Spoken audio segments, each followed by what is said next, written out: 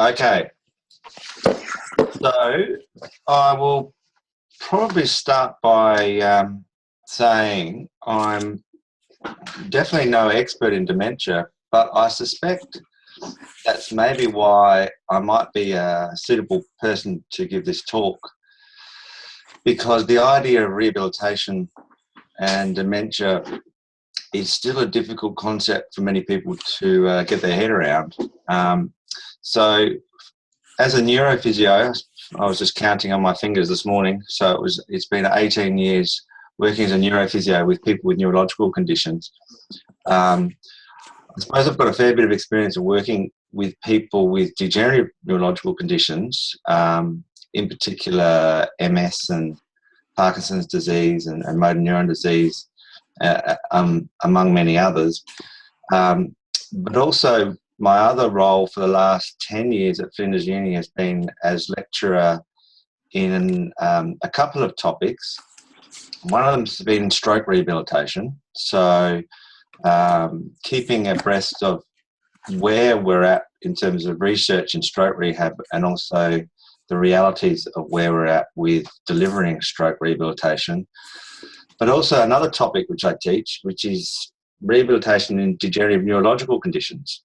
Now, it's only a 4.5 unit topic, but it covers an enormous number of neurological conditions. So we can't cover everything, but there's certain themes that arise in that topic. But in terms of covering the idea of rehabilitation with these degenerative conditions, it's important to define what rehab is, and then apply it to someone who has a condition that is progressing. And it's really important to use education as a tool with allied health professionals and other health professionals to get rid of the stigma around some of these conditions. And I suppose that's part of the problem with working with dementia, as you all know. So let's see if this works. So with rehab in degenerative neurological conditions, it's a pretty important topic, because in terms of the medical scenario, despite looking for one, there's no holy grail yet in neuroprotection. So there's no medication really that we can take to sort of stop or a curative medication for these conditions. So the only way to improve function over the past 10, 15 years with research is through rehabilitation.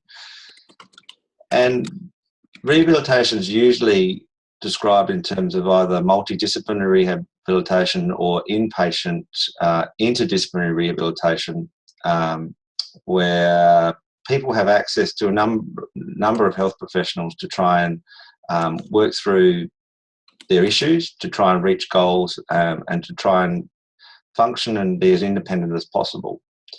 The other thing that we spend a lot of time talking about with this particular topic is symptomatic management, because within rehabilitation, if you are able to consult with people who are so-called experts or have a special interest, so let's say you have a condition, a form of ataxia, or you've got some kind of neuropathy, you want to be able to deal with someone who's familiar with that condition, who understands and is familiar with the symptoms and the signs of that, to be able to give some advice at the right times.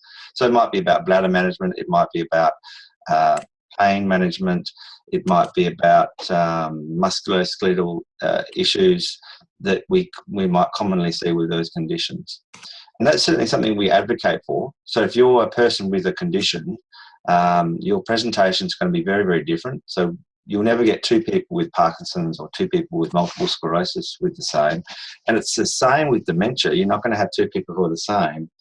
So we almost put the condition aside and then think about what are the symptoms that we have to deal with. The other thing is cross-referral is really important, because we're dealing with people often who are not in an inpatient situation. They're living in the community, and They have to navigate the health system wherever you live, and we have to be able to know and recommend who they might see who would be able to deal with that particular issue.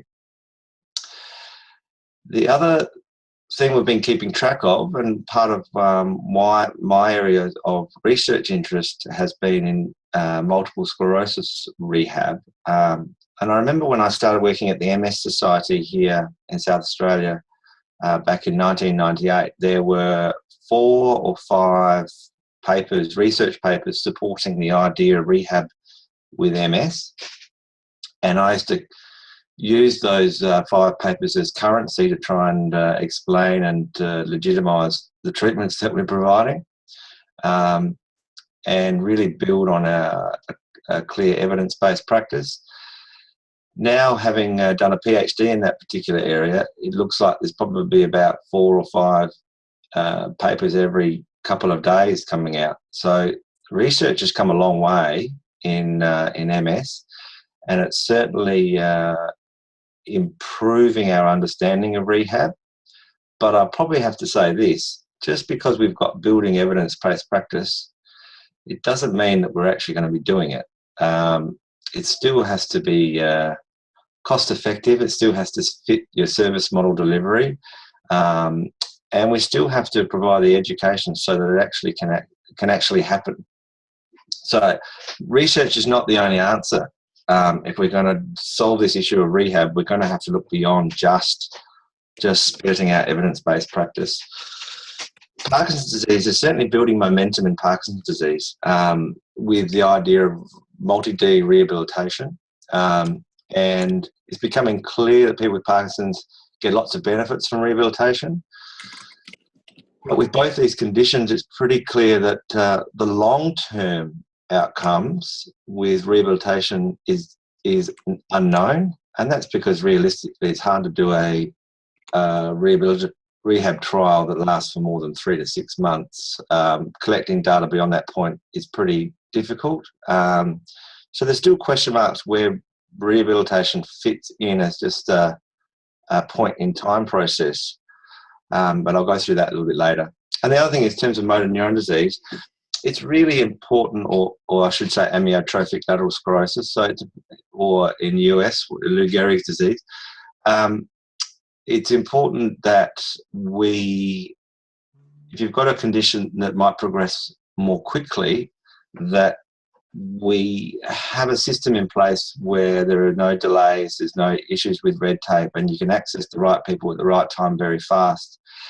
And what we teach the students is to create that kind of urgency in the way we manage rehab with more progressive conditions, and bring that urgency to all the other conditions as well. Just because you may have a degenerative condition that's slowly progressing, you certainly need to get timely rehab at the right times. And the other thing is, too, for a condition like motor neuron disease, there are clear benefits for multi-D rehab and better clinical care than without. So it certainly shows that rehabilitation is the most important thing in terms of keeping people as independent and as functional as possible. So dementia, if I was to talk about dementia in this topic, it pretty much outshadows everything else, because just taking the stats from the recent guidelines, there's 9% of people over 65 would have dementia, and that rises to 30% of people over 80. So we're talking about far more people than these other conditions I've been teaching about. And the issue is, I remember when we were working in London with Parkinson's disease, and we knew that there was probably about 1% of people over 65 had Parkinson's disease. And we remember wondering where all these people were. We knew they were out there, but we had these rehabilitation services in the southwest of London, and we're thinking, why don't we have lots and lots of people with Parkinson's disease accessing these services? And it's the same in terms of dementia. We've got a huge amount of people with dementia, but if you think about my neurophysiotherapy colleagues who have an interest, they're not seeing these people. So we've got a problem in between the ideas of rehab and the ideas of good care and accessing these thousands or millions of people. Now, if we compare to stroke, and it's something that I teach a lot about, so I apologise for that, but it's a nice comparison, because if you line them up in terms of numbers, there's 353,000 Australians living with dementia, and there's 440,000 people living with stroke. This is in Australia. And that's predicted to increase. Dementia is the single greatest cause of disability in older Australians, and 65% of those living with stroke also suffer a disability. So they're living with some major issues. And then the total cost, 4.9 billion by 2009-10, and the total cost by 2012 for stroke was 5 billion. So we're talking a lot of money as well. So we could probably put together a pretty good financial argument as to why we need to address the issues that are going to affect a lot of people worldwide. With stroke rehab, when I first started working in an acute stroke unit in the UK, and a few years after that, the stroke guidelines came out. So in Australia, I think it was 2005, or it might have been the UK, we had some guidelines come out, and then some more guidelines came out in 2010. In fact, the next stroke guidelines are due to come out next year. And we used those guidelines to look at what evidence we had for rehabilitation, what evidence we had for symptomatic care, for acute care, and many, many aspects of stroke. Now, what you have to realise too, when those guidelines come out, there were glaring gaps, and there was often very weak evidence. But it didn't stop us from developing guidelines and looking at those guidelines, because it was the beginning of trying to lift and improve practice in stroke rehab. And there's now very clear evidence that if we manage acute stroke well, we have clear improvements in outcomes and clear improvements in stroke survival. But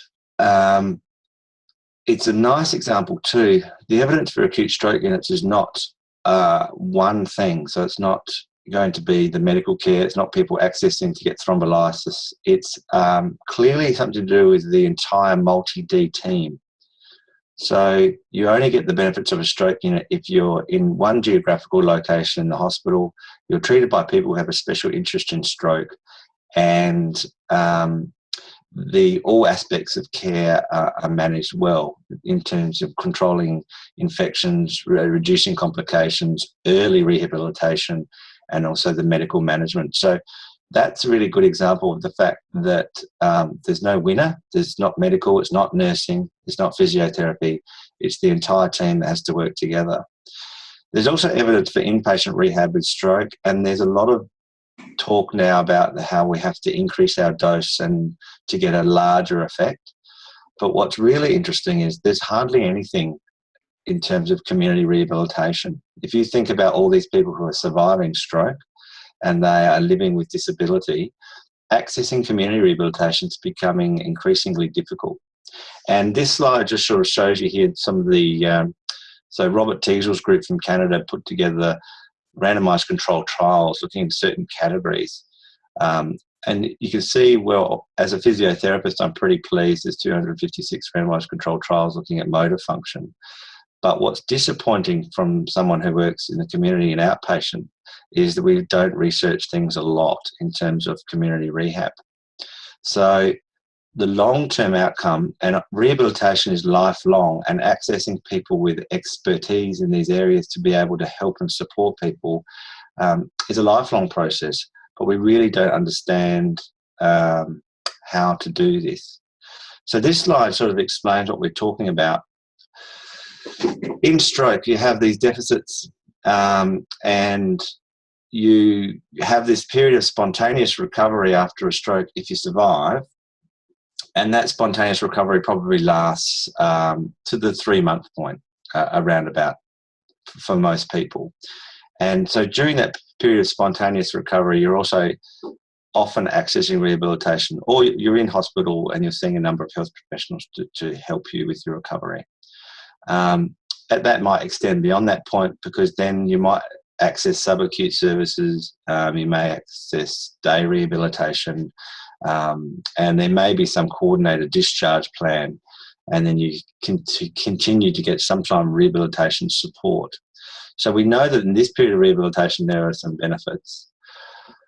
Thinking about stroke though, the idea of people just surviving and get to a point and they're plateauing is not really true. If once you survive a stroke and you reach your maximum point, and particularly if you're not very mobile, and particularly if you're quite disabled, from that point on it's a slow deterioration. And so we shouldn't stop thinking about stroke survivors as just, oh, you've survived and you'll just get on with it. You're going to be dealing with lots of issues now for the rest of your life. And that idea of rehabilitation is going to be particularly important as to see where their trajectory goes after that. And the other thing to think about, the luxury of stroke patients getting access to some kind of rehab is fine, but it's also the period where they're going through life transition and they're coping with the trauma and the loss of employment and the change in family dynamics and all those sorts of things. And the time for rehabilitation and the time to focus on things that are important to you may be after that point as well. And I think it's not just Australia, it's a worldwide issue. Accessing services in the beyond 6 month point becomes also very difficult. Now, if you think about someone with dementia, they're not going to get this period of time necessarily in hospital, and they're not going to get an inpatient rehabilitation. They're not going to get multi-D input. They're going to be out here from the get-go in terms of navigating and trying to access services and work out where to go and how to live with certain aspects of disabilities. And the idea of stroke being different, well, if you're talking about people with cognitive problems, you're talking about people with perceptual issues, communication issues, and physical disabilities, I really can't see the difference between working with people with dementia or other neurological conditions and stroke.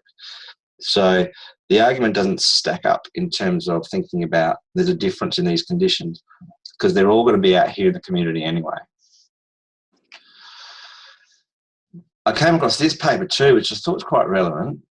We always talk about age as being what affects stroke outcome, but then at age, the old benefit as much as the young in terms of high intensity neuro rehab.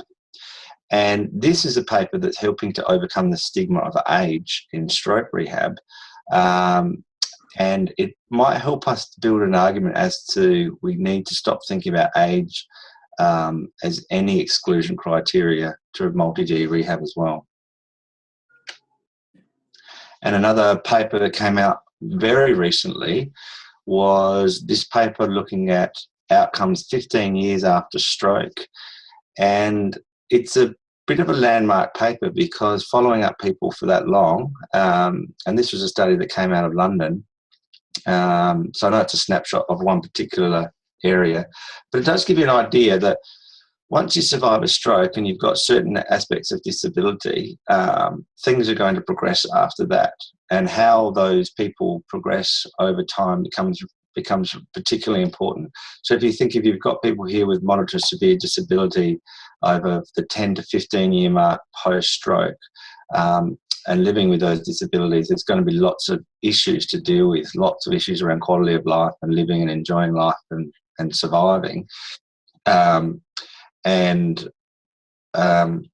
That's probably where rehabilitation and community rehabilitation becomes critical.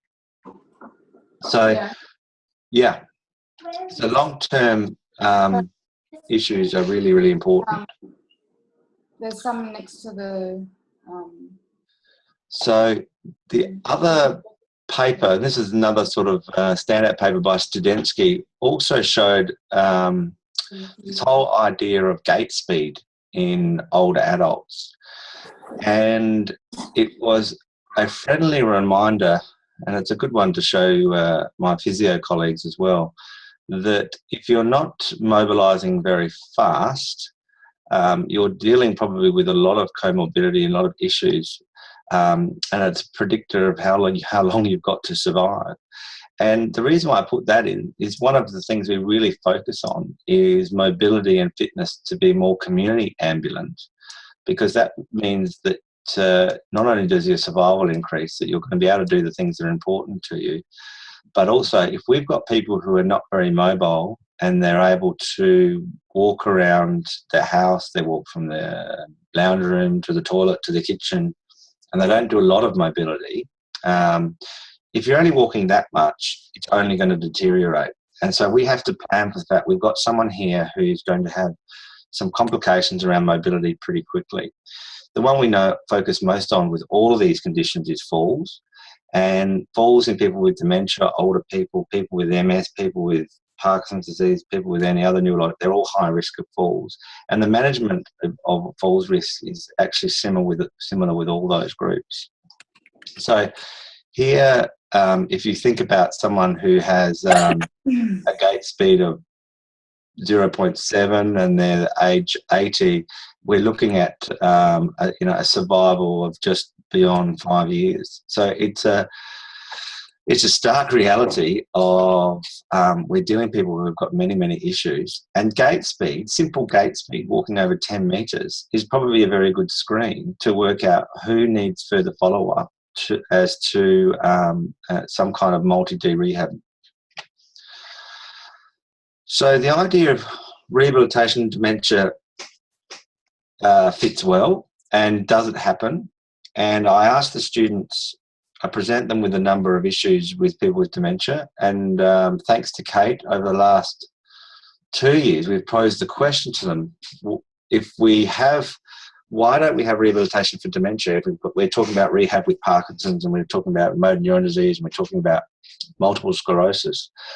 And over the past 2 years, no one can come up with the reason. So then we start talking about the stigma against dementia. We talk about maybe we're ageist, and we've got a long way to go in terms of education. So they're the answers we've got so far.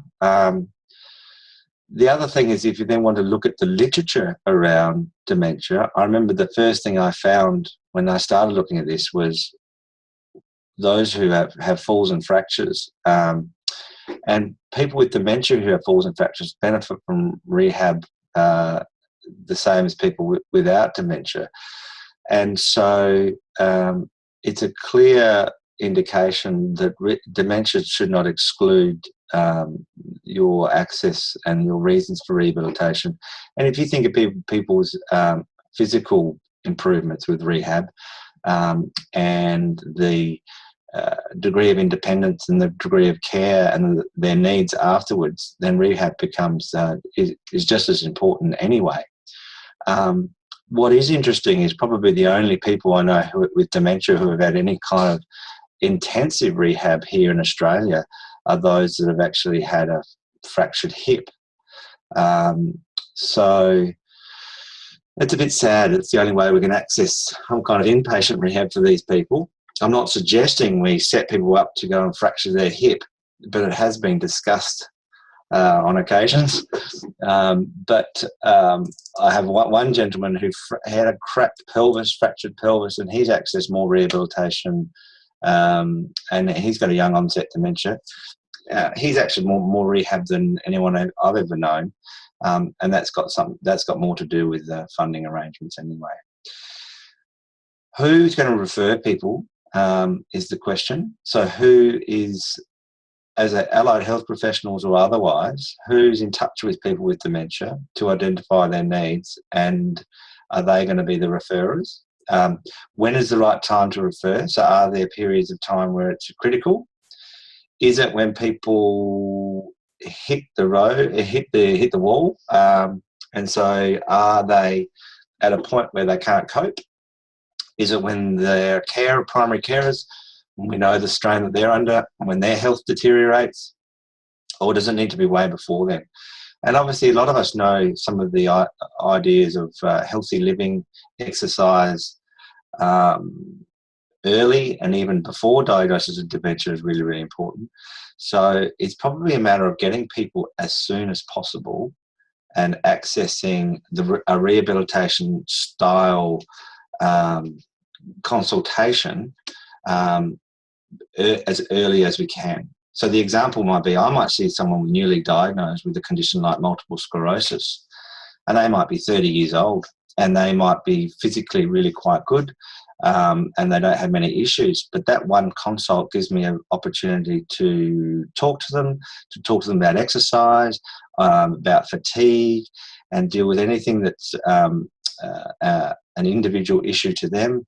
And then they know when the time comes, if they need things, where to go and to how to navigate that that process.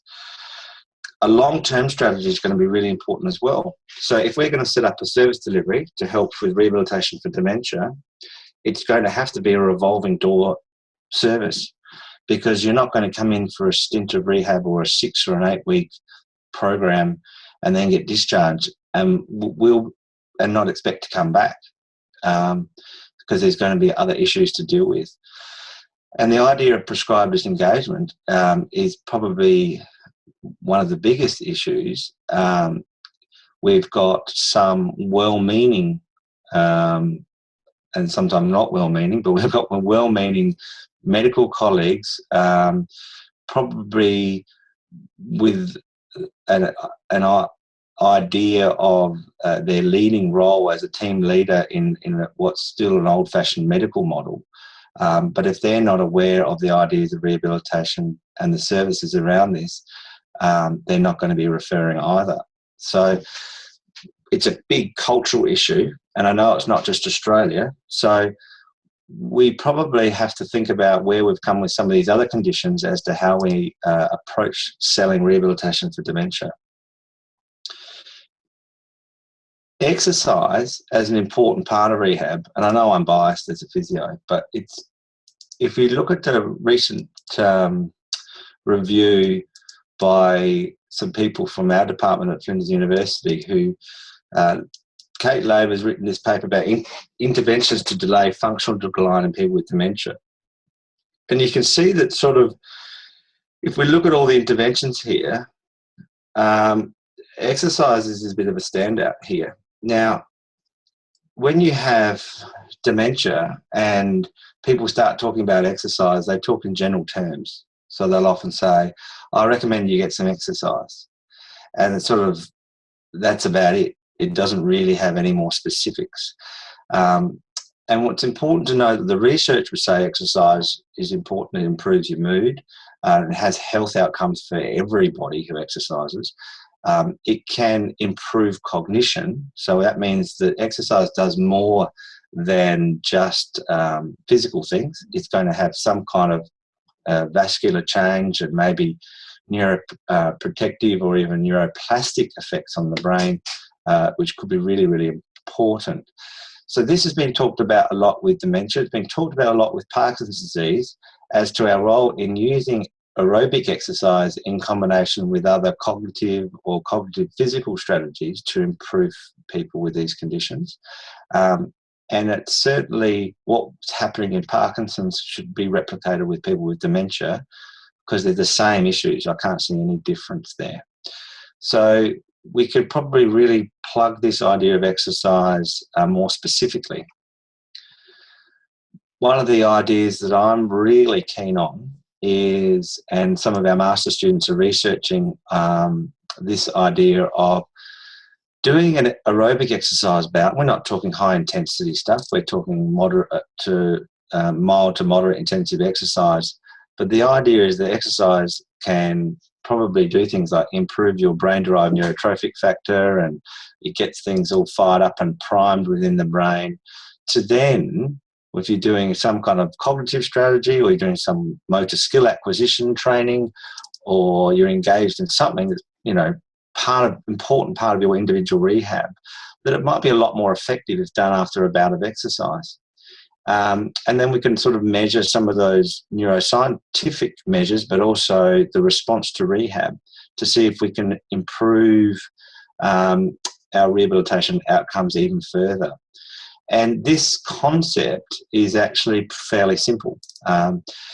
But how much supervision is needed to provide this? So if you're seeing someone who's got a special interest in working with neurological conditions, or who've got a lot of experience in the whole rehabilitation model of exercise, can you just go down the road and see your local personal trainer? Can you go down the road and see an exercise physiologist who may not have much experience in working with these conditions?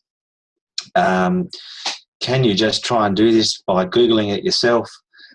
Or how much supervision do you need to kickstart this? And exercise is not something you can just say, oh yeah, go and exercise. It's a bit like me as a physio saying, someone complains to me that they've got some chest pain, and I say to them, oh, I reckon you should take some drugs. That's not going to happen. I'm going to say, I recommend, I want you to go and see your doctor, or and they'll will decide on what they're going to do and prescribe. If you're talking about exercise with these conditions, you need to go and see someone to have that prescribed. And that doesn't mean that and people worry about cost, that doesn't mean that the person you're going to see to prescribe this exercise is going to see you every day or every week for the next 30 weeks.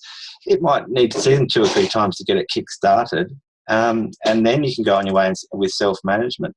But exercise is not something that should just be gently encouraged. It's probably something we have a lot more prescriptive aspect to it. So it's more than just a suggestion. And I think we have to dissect the idea of exercise and physical rehab more than just generalised exercise programs.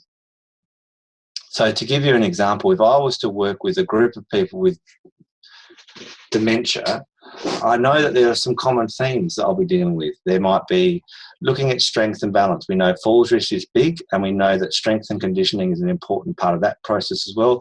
And I know as a physio, I could deal probably with those 2 issues together in some kind of prescribed intervention. The idea of aerobic fitness as well and cardiovascular fitness is obviously going to have its benefits, more than just the physical benefits. But exercising, say, on a recumbent bike or on an exercise bike is going to get you some kind of fitness, but with training specificity, it's not going to improve your mobility for walking. So if you need to do your task-specific training, you may want to build up your walking capacity. So last week I saw a gentleman with Alzheimer's disease, and he walks 2 kilometres every day.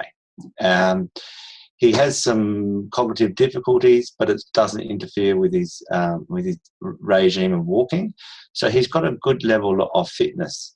And he came to see me because he had some issues around balance, and his wife was particularly concerned. And having assessed him and doing a lot of vestibular rehab, he had some issues around balance, which had to do with a unilateral vestibular problem. We came up with some specific exercises that suited his particular balance deficit and added that into his already quite successful regime around walking. Also, because he was walking every day for 2 kilometres, we decided how he could reduce some of his walking distance and then add in his balance training in order to make that change.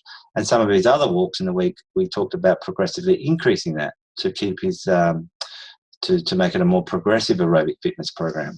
So it's just a little bit of jigging for the individual and assessing balance. Balance had nothing to do really with his Alzheimer's disease. It was more a peripheral vestibular problem, but it was pretty easily dealt with. And we have a plan for this gentleman, which wasn't too complicated. So if you were setting up a program, people could move in between these sorts of areas depending on what their goals are and what they want to do. But it's not something you can just go off and do yourself. And if you think about what are the key outcomes, I don't think we know what these key outcomes are yet. In neurorehabilitation, we can measure things. I can measure mobility. I can measure your ability to balance. No one can quite agree on what would be the best measures for what particular condition.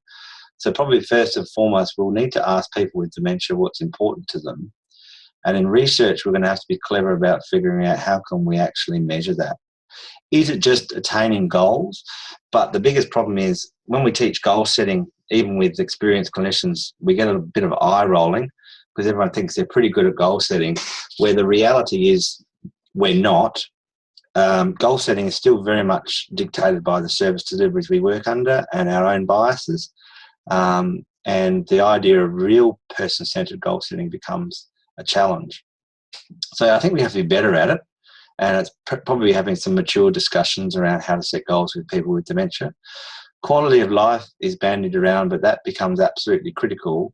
And then self-efficacy, which is really building momentum in my area of research, becomes important. So for balance and confidence and ability to, and self-belief in what they're doing and is improving their life becomes critical. So as primary outcome measures, I would probably say self-efficacy and quality of life become the most important part of community rehabilitation with these conditions.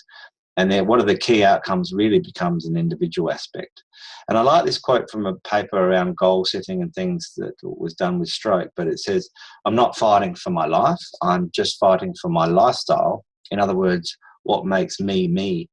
And I think for those of us working in the community, we have to be really flexible with the way we deliver our help and support to these people.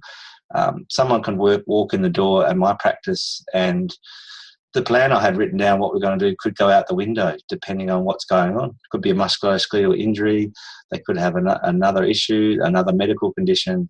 It's just you're trying to do whatever you can to keep them going with what's important to them. Some people think that this kind of work that we do is impossible to research.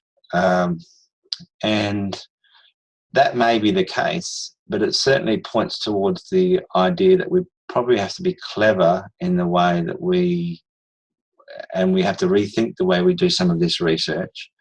I wouldn't give up on it yet, because research is still very critical, but I think we're probably going to have to design our research studies a bit more, be a bit more clever.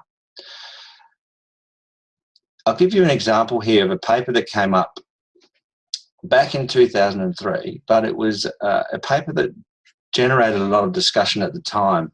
It was a multi-D rehab for Parkinson's disease.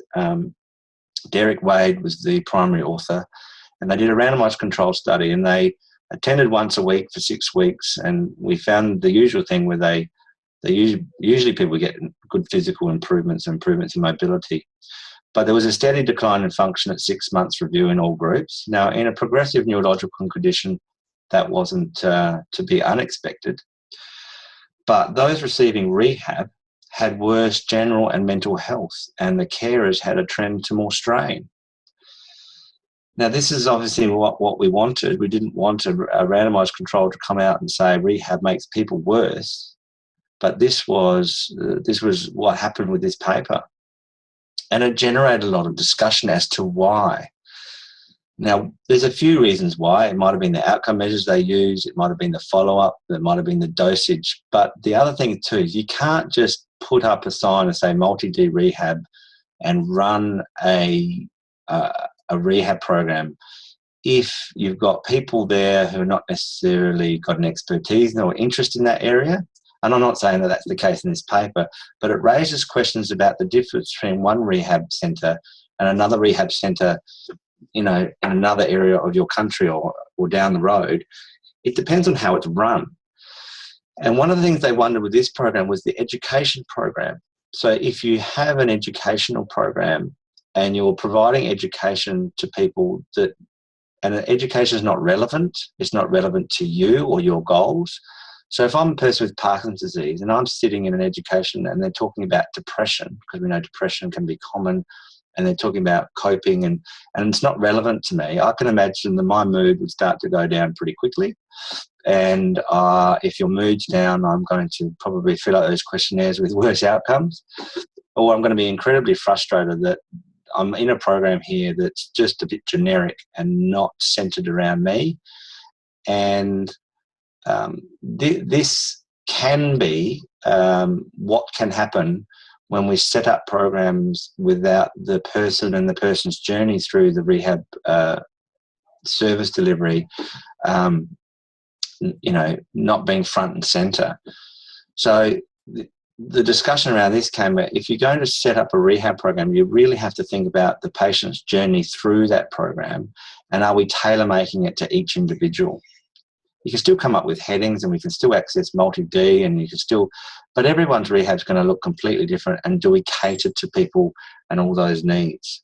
So rehab is not going to be, it's not going to be a recipe.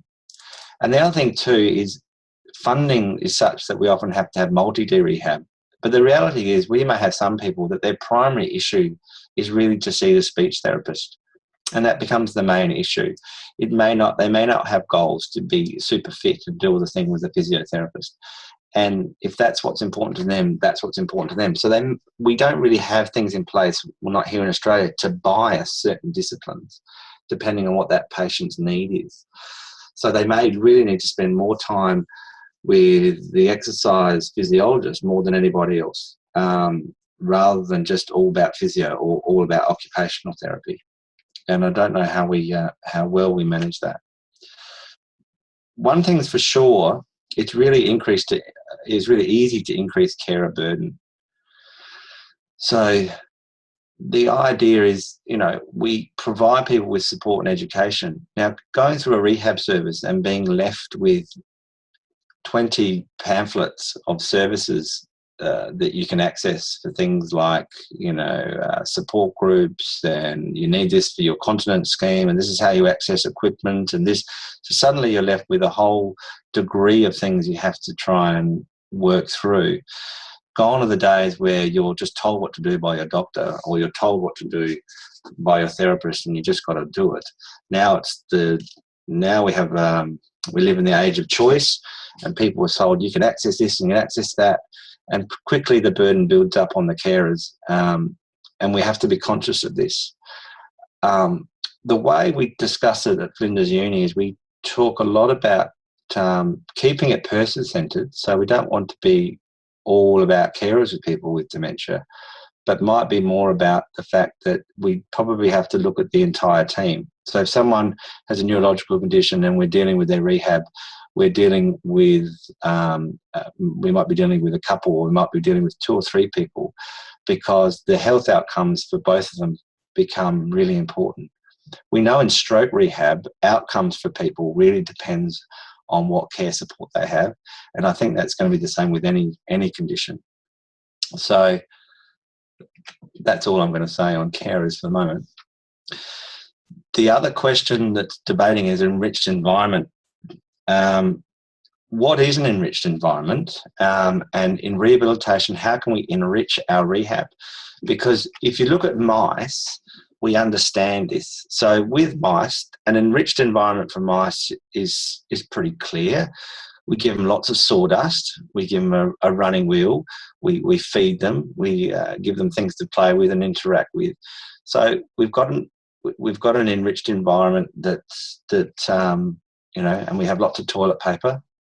So that's really important to improve outcomes with these mice with degenerative neurological conditions.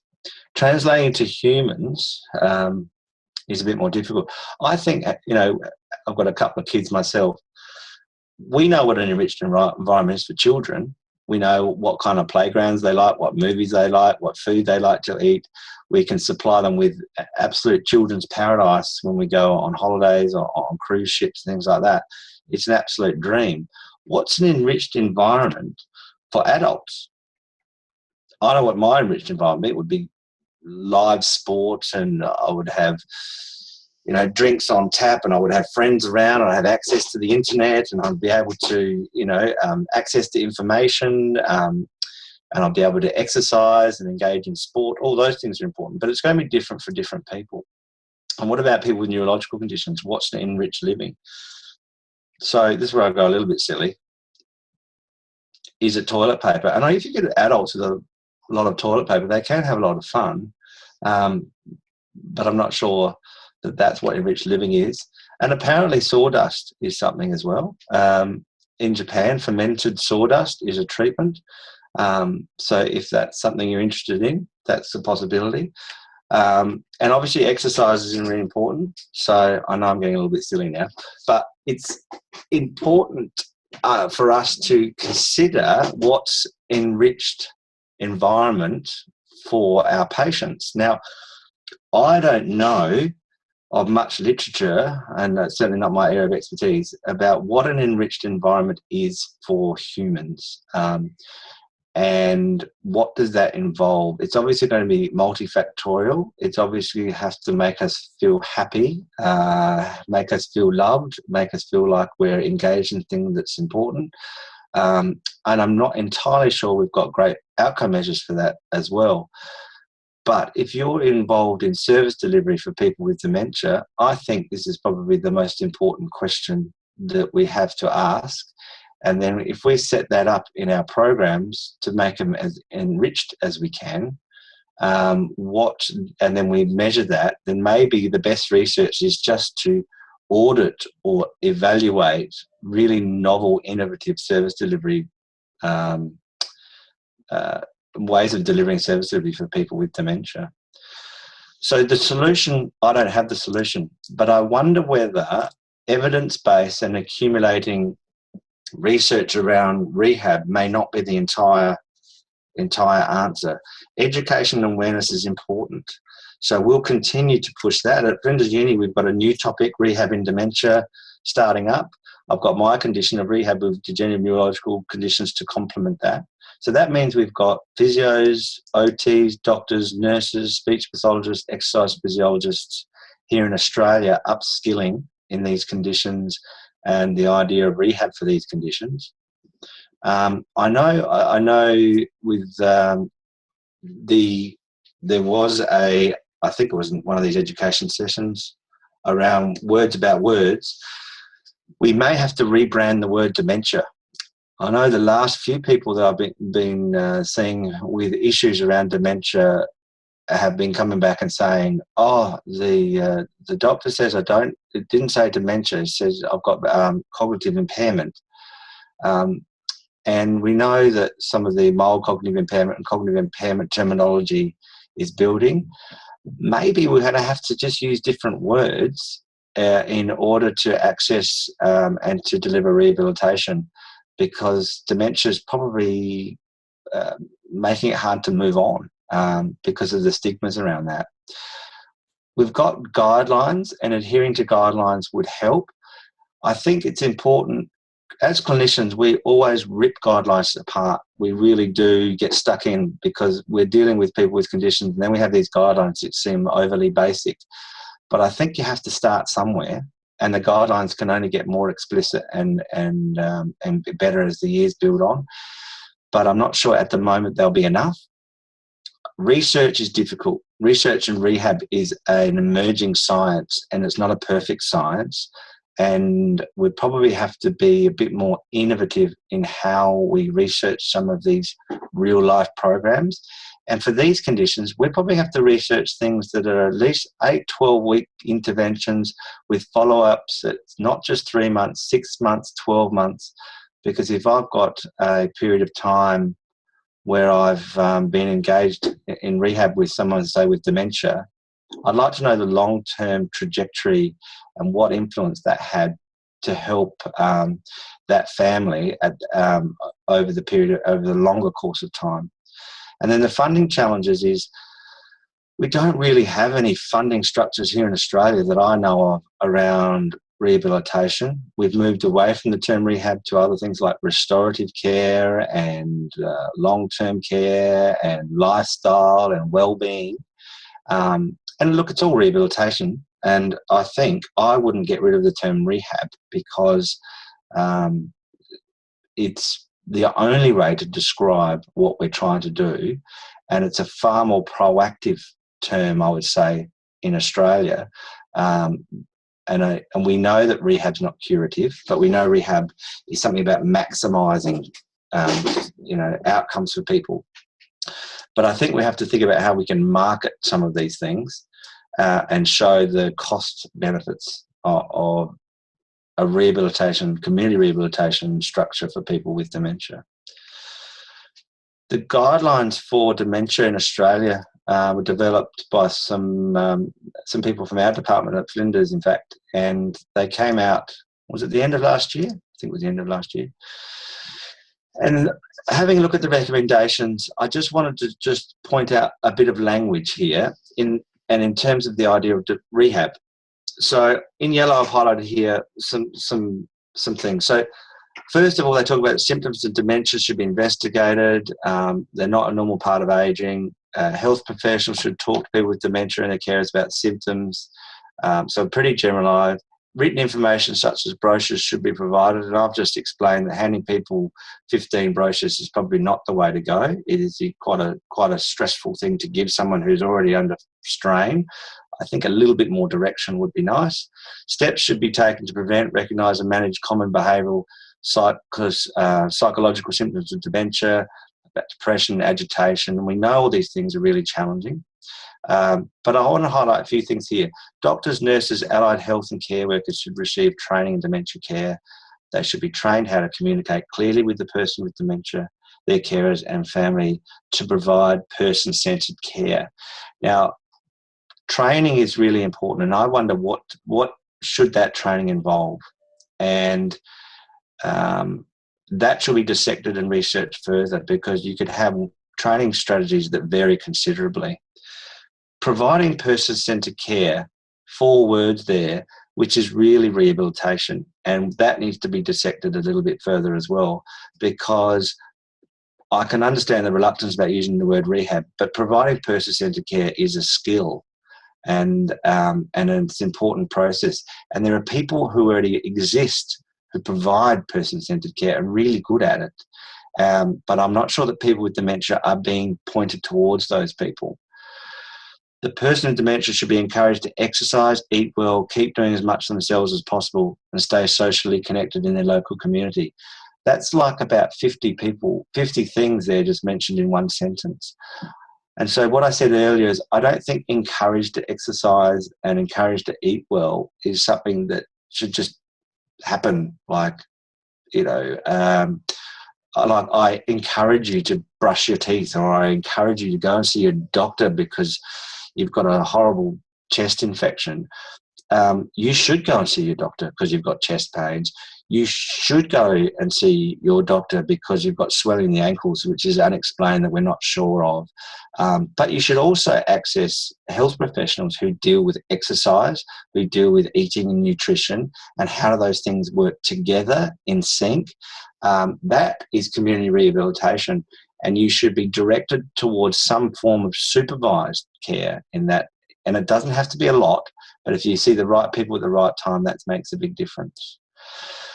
We talk about medical practitioners, consider medications, and then carers and families should be supported to care for the person with dementia, and they should be offered education and training. And obviously that's really important. But the idea of being given information about coping strategies to maintain their own well-being, I think probably we have to consider the carer and the person with dementia together, and we should probably consider their health together. From what I've read, carers have as many health issues themselves, so probably there's going to have to be an approach to look at both or more than 2 people at once, because I know once a carer becomes more unhealthy, then it's going to have a massive impact on the person with dementia. So we probably have to look at rehabilitation and more directed health for the carers as well. So it's a different way of thinking, perhaps. Rather than thinking about we should support people who care for people with dementia, maybe we should provide, we should look at their health outcomes of carers, and we should make sure they get adequate treatment themselves.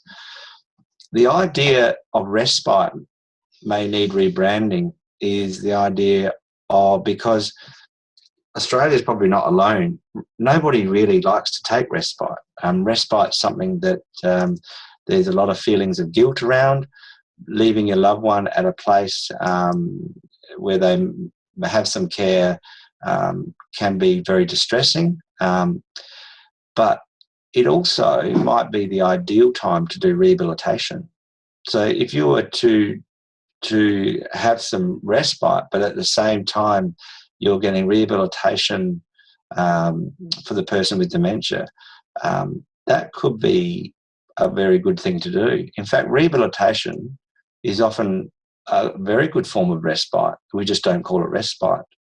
And that may be something we should look at further, because people won't go in for respite, but they'll go in for rehabilitation. And also the idea in Australia, we're talking a lot about restorative care now, and what is restorative care versus rehabilitation. I've never come across a definition that can quite explain that and what is the difference. But I think what I want to say about that point is I don't want to lose the term rehabilitation. I think that's probably a term that we should keep, because if we throw the word rehabilitation away, I think we're lowering our standards and we're lowering the bar. And rehabilitation will always be an evidence-based best form of care, and I certainly don't want to lose that, because otherwise people with these conditions are really going to lose out. Oh, there you go. I've come to the end. So it's time for any questions. And thanks for listening.